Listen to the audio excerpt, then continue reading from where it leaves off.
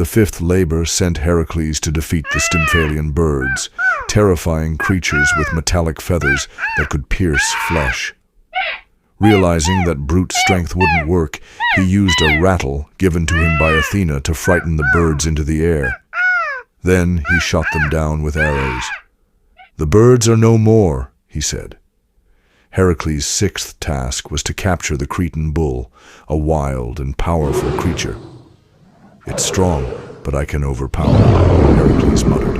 After a fierce struggle, he subdued the bull and brought it back to Eurystheus. The seventh labor took him to King Diomedes' stables, where he was to steal the man-eating horses. Heracles fed Diomedes to his own horses, taming them